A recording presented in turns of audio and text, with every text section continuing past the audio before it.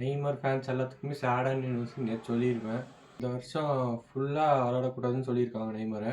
நேற்று சாண்டோஸ்க்கு relegation match இருந்துச்சு.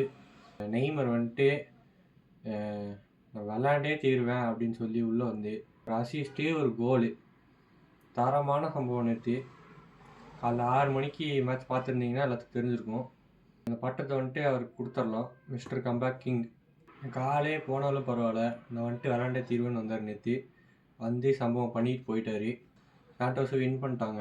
Match முடிஞ்சக்கப்புறம் நம்மால் வந்துட்டு காலில் முட்டியில் கரெக்டாக பார்த்துருந்தீங்கன்னா முட்டியில் வந்துட்டு ஐஸ் பேக் வச்சுட்டு வந்துட்டு இருந்திருப்பாரு. அது அந்த இன்ஜுரி காரணத்தினால தான்.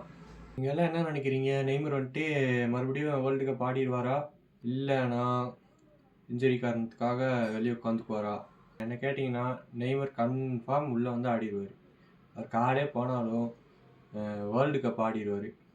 கார்லோ ஆன்செலோட்டி வேறு சொல்லியிருக்காரு, நெய்மரை நல்லா அனலைஸ் பண்ண போகிறேன் அப்படின்னு. நம்ம ஆள் அதுக்கேற்ற மாதிரி ஒரு பெரிய சம்பவம் பண்ணிக்கிட்டோம்.